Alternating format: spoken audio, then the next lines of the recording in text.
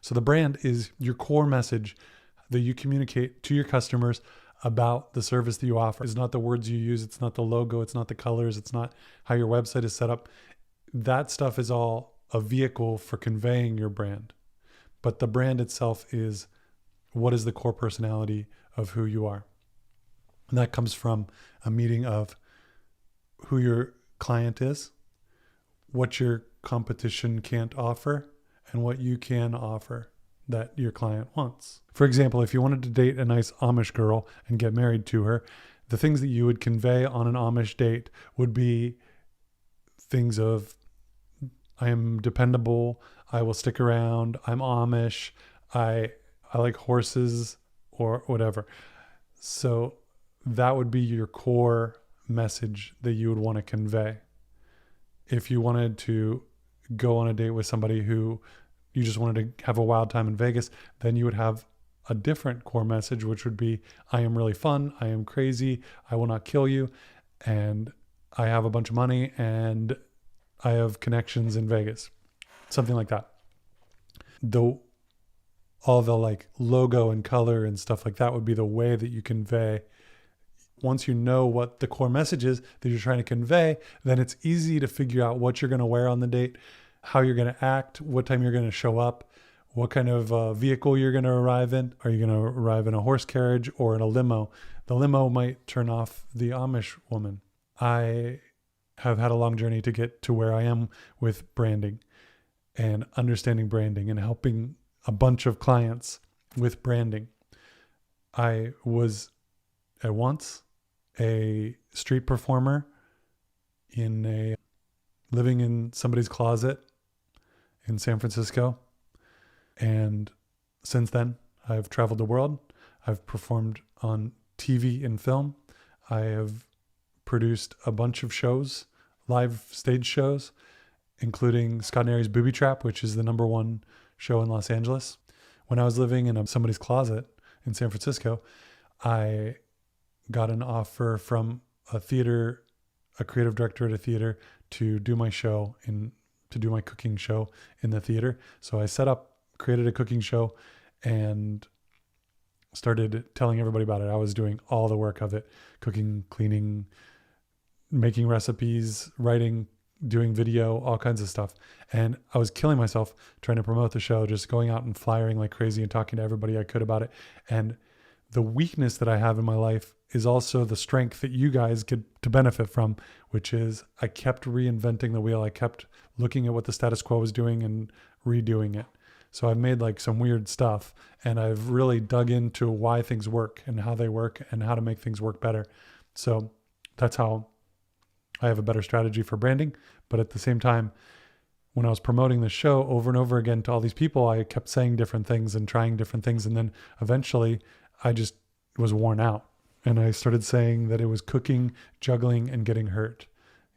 And when I said that, people listened. So I kept using it. I kept using it over and over again. The show wasn't always cooking, juggling, and getting hurt. Like sometimes I didn't cook very well. Sometimes I didn't juggle at all. Sometimes I didn't get hurt. But when people came to the show and they saw it after hearing that, they were not disappointed. So that was my first like slamming into, just dropping accidentally into brand, and how brand simplified everything for me. Once I had the cooking, juggling, and getting hurt thing, I could just make all the decisions about how to brand the show. But the branding thing didn't stick with me. I didn't understand how I got there, and I didn't know how to use it. So after the cooking show, I started working on an idea for a show about propaganda, and I was sneaky and I got my way into a marketing company. I was exhausted from performing and just killing myself with this other show. So it was nice to have a day job for a little while after performing for 4 years full time. So I was in this marketing job, and I started just doing everything I could to learn how to market better and how to do all this stuff. And I thought maybe this would be my life. I got comfortable in this job until I got called to do the World Busker Festival in Christchurch, New Zealand. So I flew to New Zealand And I wasn't really pumped about going, but then once I got there, it was incredible. It was the most amazing performing experience of my life. I was surrounded by incredible entertainers and changed my life. I called back home and quit the job and flew back and dedicated myself fully to entertainment and expanding and connecting with more people. And then, and while I was picking up gigs again, I was still doing work for other clients, especially entertainment clients. I would help them figure out what their marketing was. And I wanted people to have a strong brand, but even though I'd read a bunch of books about it and stuff like that, I didn't understand the process of it. So then I started, like years later, started Scot and Aries Booby Trap, and it was going well, but I didn't have the brand. I didn't know how to land on the message of it. And I made a bunch of phone calls constantly, again, through the cycle, not knowing how to sell the show. And it was in a harder place too. LA is way more difficulter than San Francisco. So I'm just hustling, trying to sell tickets to this show. My friend Stefan Haves needed help with his branding. So we went through a process, and it was long, and it took a lot of communication, a lot of time to figure out how to reach brand satisfaction for him. He's a Cirque du Soleil director, and his attitude was that people think that he's better than he is. And he is really good. And he has a huge resume and all kinds of stuff, but he didn't really know how to communicate what he did. And he didn't know who his clients were. And he didn't really know how to put the power of branding into the stuff that he was doing. As we finally discovered what his brand was and how to communicate it, then he got more confidence in who he is. He started landing different kinds of gigs. He started aligning himself with different kinds of people, and it made things way simpler for him. And I thought that was amazing. I turned the branding tools to Booby Trap and and figured that out. And we started selling out like crazy. I turned the branding tools toward myself in my solo performing career. And that was awesome because I didn't know what the point was. When I did a gig, I felt like I was tricking people into hiring me, and I felt inadequate when I did big shows. I felt like I wasn't doing all the things that I'm supposed to do as a performer because I didn't know what it was. But once I got the brand, then I knew exactly who I am, what service I provide. I'm not like other entertainers. I'm not the same thing. I'm different. And the different thing is what my value is and is what's important. And that's why people hire me. So I got confidence in that show. I got booked more. I got higher pay. I got more ticket sales at Scot and Aries Booby Trap. And the other clients that I started working with, I went through this process with them. It was way simpler to define what they need to do because we have a brand. So this has worked for me. It can work for you. It's worked for my other clients. And this week, the challenge will be to you to do the work to learn how branding works. First thing to figure out is one thing that you provide and the impact that you want to have. So let's say I have a live show and I want to sell more tickets. I have a live show. I want to sell more tickets. I write a book. I want to sell more books. I created a video game. I want to find a publisher. So whatever service that you provide and the impact, there is somebody in between. And that person in between, I will call a sentinel. There are many sentinels blocking us from all the things that we want. They are guards guarding the treasures that we want. Do you want whatever your impact is, whether it's connecting with more people, making more money, building your fan base, whatever it is, there are people that are guarding you from that. Even if you're trying to build your fan base, each fan is guarding you from building your fan base, or each member of the press is blocking you from your fan base. So we're going to figure out, I want you to pick out one sentinel, one real person who you've met who has connected you with more impact. one of your favorite sentinels. So if you're trying to get gigs at corporate shows, it's a booker who has booked you and is awesome, who gets who you are, who loves you, who sees value in what you do, and is happy to pay you well. If it's a publisher, then it's a publisher who really understands you and loves you and wants to get you on every bookshelf in the world. I want you to write down below the name of your sentinel. Then write a nickname. That way, when you're sharing it publicly, we can all see the nickname and we don't know who that person is. Then I want you to write everything you can think of about that person, because everything about who they are helps them make decisions. It helps them make decisions about who they're going to let through that gate to the impact. You're going to write down age, name, place of birth, place of living. Do they live in a house or a hotel? What are they? Who are they? What kind of person? What are they married? What's going on? Tell yourself all that stuff. Make a big, long list. Go for it. Make it huge. Fill it completely up, because all that stuff is going to help to inform them, and it's going to help to inform you. We're focusing on one single person. This is going to make everything you do going forward a lot simpler. Okay, it's day 2 of the 5-day branding challenge. I'm Scott today, and I am going to guide you through whatever this next thing is. It's awesome. Yesterday, we talked about how my life has been changed by branding, and I want you to see that because it might be a little bit tricky to do the fuel for today's challenge, but I want you to go through it, get it done, and see the awesomeness of it. Let's say you're heading to the beach in a convertible, and you're just going to have an amazing day, and then you get a flat tire. Now, what do? You fix the tire so you can glide onto the beach.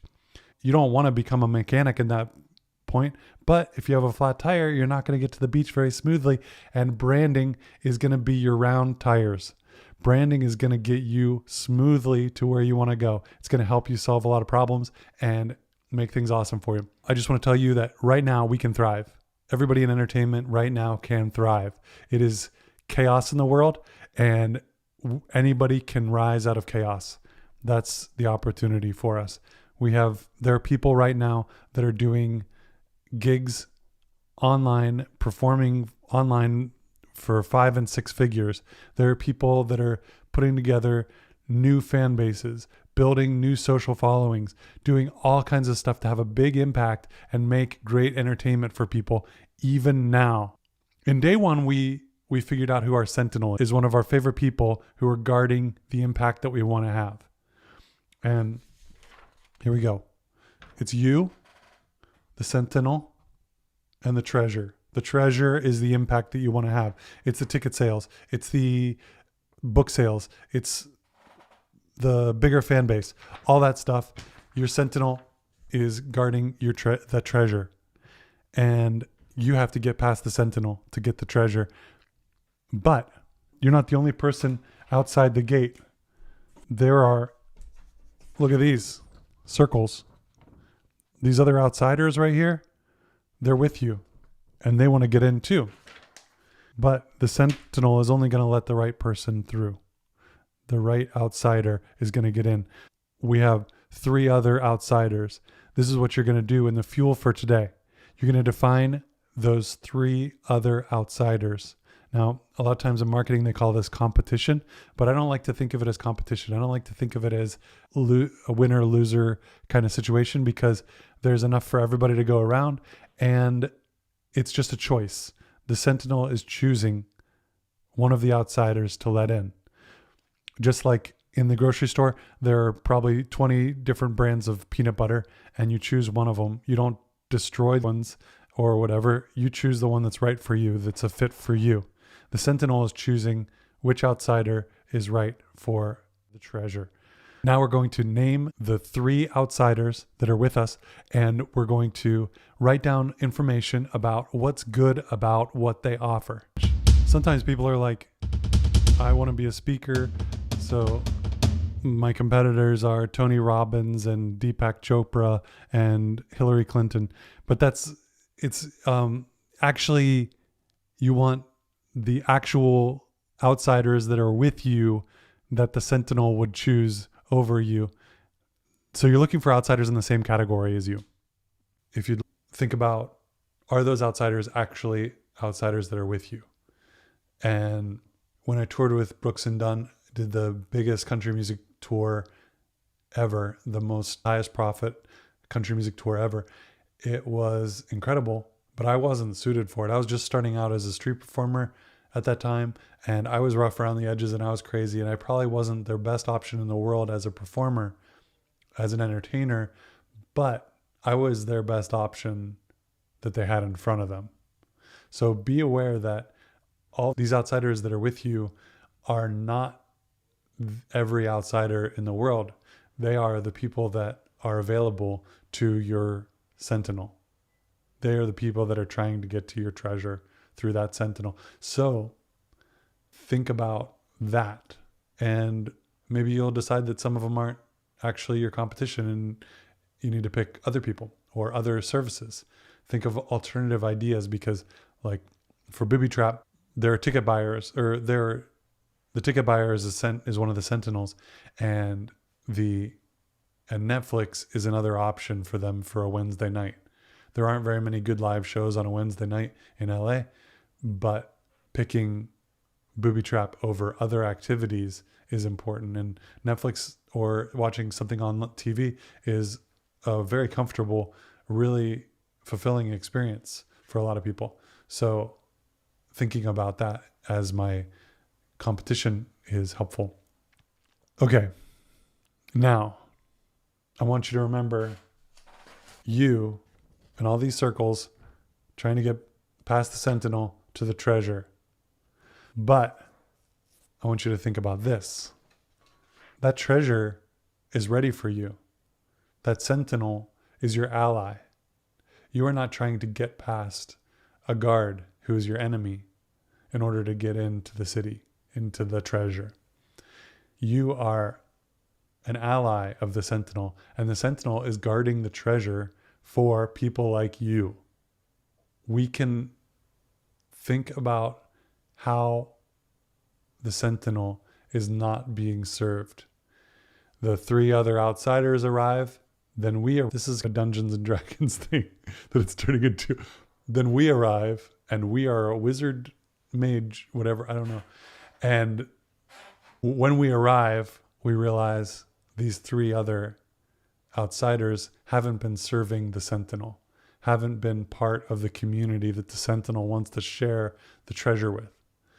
How have these outsiders not been serving the sentinel? Now we think about that. For me, this is really important.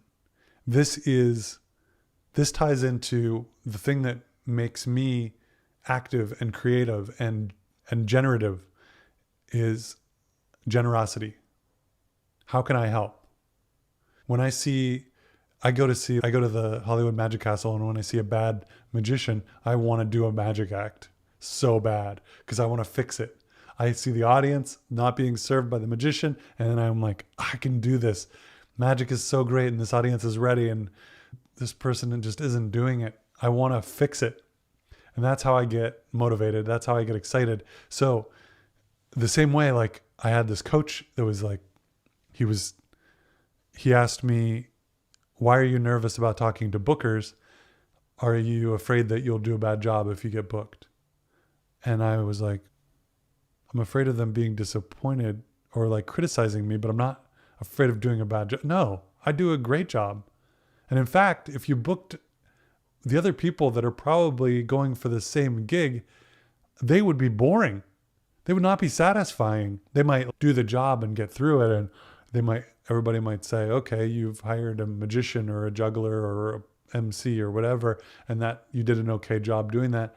But it wouldn't be like baller. It wouldn't be, this was amazing. People sitting through a banquet dinner at a corporate event and then not getting out of it. So it motivated me. It turned me around. This is what I want you to do. Think about the things that the other outsiders are leaving out. This doesn't have to be mean. It doesn't have to be super critical. Just think about the things that are important to you that these other outsiders aren't providing for the sentinel. Okay? And really think from the sentinel's point of view, what matters to that person too. Here's a thing to think about. The Dyson vacuum was a vacuum cleaner that nobody was asking for.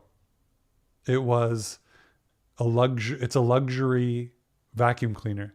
People kept their vacuum cleaners in a closet. They didn't really care about loss of suction or whatever, all the promises of a Dyson vacuum. But this guy, James Dyson, he decided it was important that all these vacuums were losing suction, and that it was important enough to charge a lot of money for it and make a luxury vacuum item nobody was asking for. He felt it was important, so he pushed it and he made it happen. I'm not saying that it's a good idea to sell something that nobody wants to a market that doesn't exist. That isn't necessarily a good strategy, but it is a good strategy to think about what you care about. Why are you doing the thing that you're doing? Why do you do it the way that you do it? And think about, if that has value to me, then it might have value to my sentinel also, if I can put it in the right terms. That is your fuel for today. Each of your outsiders that you have listed, you can go back and edit, change them, and then come back to this page and add the things that they're leaving out.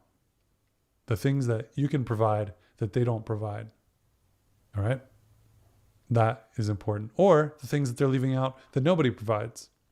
List those too. Okay. Good. Thank you. Please feel free to send me an email if you have a secret question, or put a public question up. Those are awesome. Everybody benefits. You guys are rocking. You, particularly, you person, are rocking. The reason I'm doing more than performing is because one day I had this gig where I organized a corporate event and I brought in a bunch of performers. I wasn't performing, but I was bringing in all these performers, and it was on a Wednesday, and that's when Scot and Harry's Booby Trap happens, my weekly show. And so I got Justin Willman to be my proxy host of the Booby Trap, and I went down and did that, and then I came up to Booby Trap and got to see the end of the show, where the corporate gig was amazing and really it worked out great. And then I came up to Booby Trap and he was killing, and the show was going great and everybody was going nuts. And it just it was a moment that changed a lot for me. It made me realize that I could do a lot more than just if I was only performing.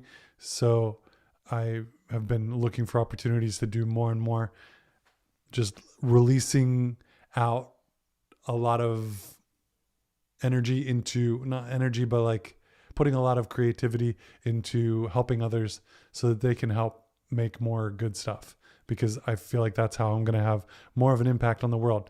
So I'm doing this 5-day branding challenge, and I am grateful that you guys are part of it, because I don't know, I'm amazed by the world and what we can do in entertainment. And this is an awesome moment to create more entertainment.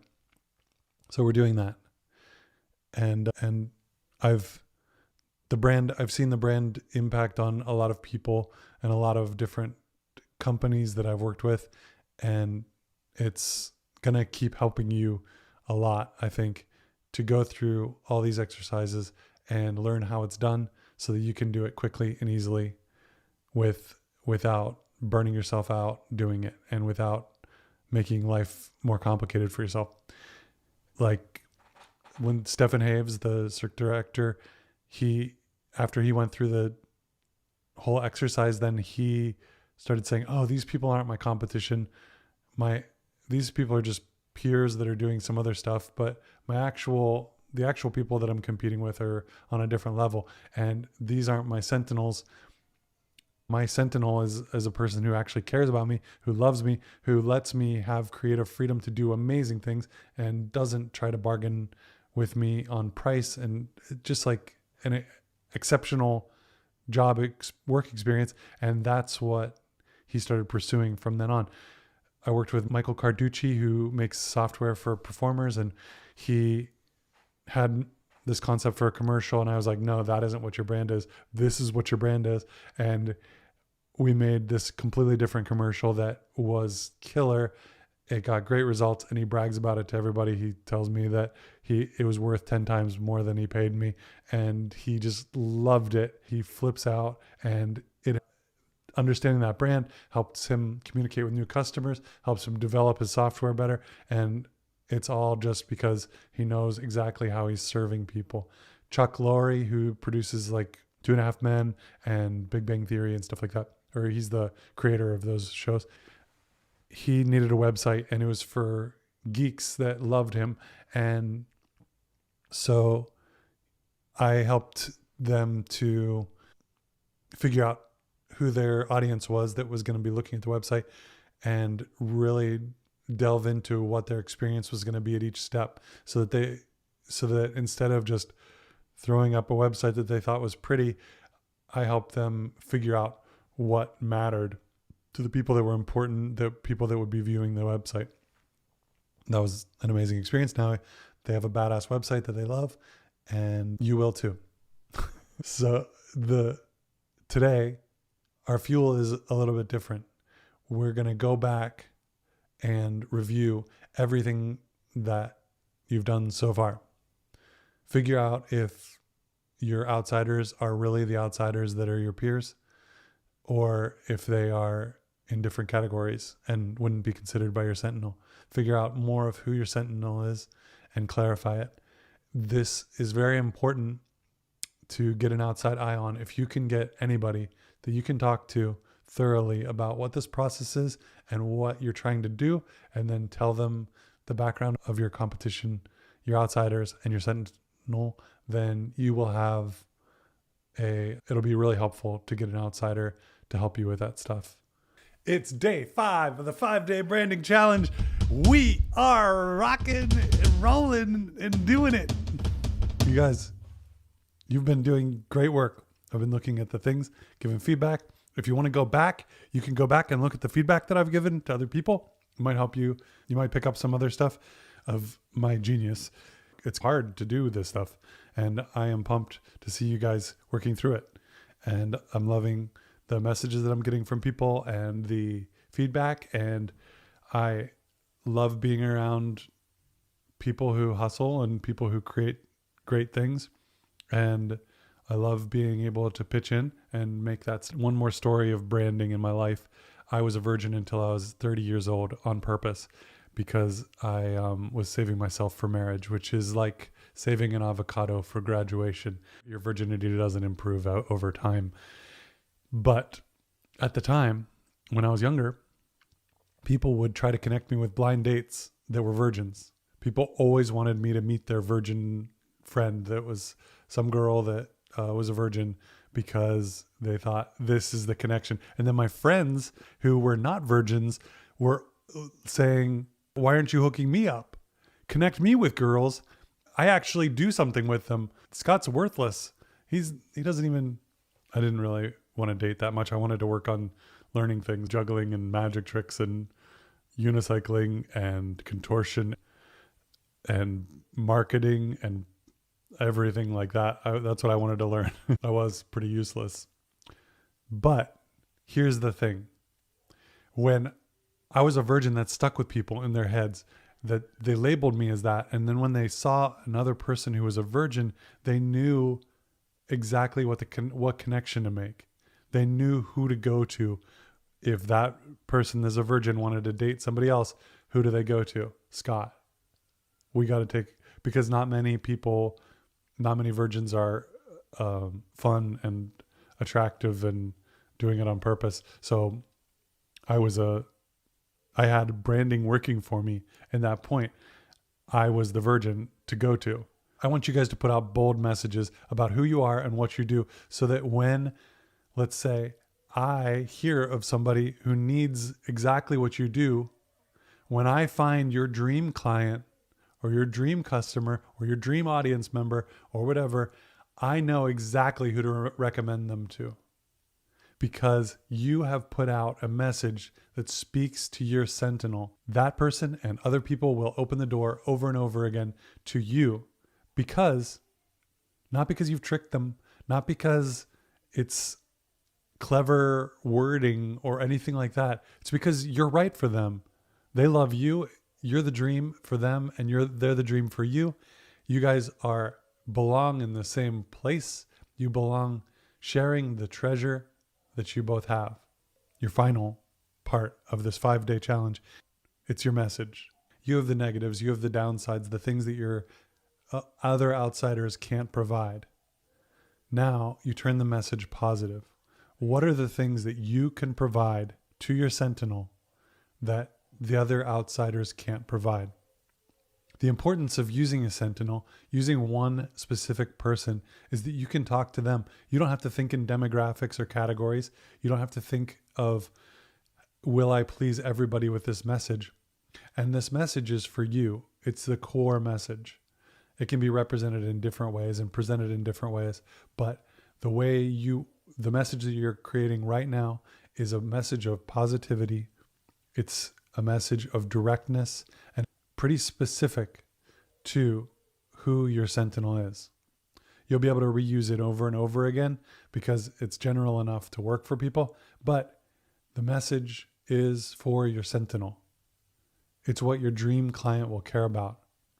This will attract dream clients to you, and it'll also make your work specific, and the other people that are drawn to you are going to understand where you're coming from. So you won't be misunderstood and bargained down and whatever. People will see your value and appreciate what you bring. In the future, when you work with a graphic designer to design a website and you have that your branding message is Gothic birthday parties in the Chicago area, and if the graphic designer comes back to you and has like pink and green color scheme, you're like, we're not that bright color. We do spooky. We know what our message is. You keep going back to the branding message and you keep making decisions based on that. It makes things a lot easier. It makes communicating with people like graphic designers, copywriters, all those people a lot easier because you're very direct. You have rules, and you can keep going back to it and saying, do you think this color represents the branding scheme? And be passive aggressive with them. And that's great. Location can be a very good specifier.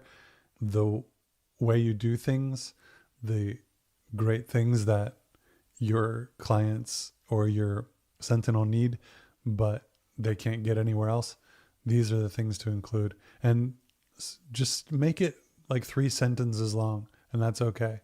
If it's just 3 sentences long, it's a message that clarifies and simplifies and specifies what your brand is. That my people work hard. They create good stuff. They look for ways to make things better, and they get help from people that can help them.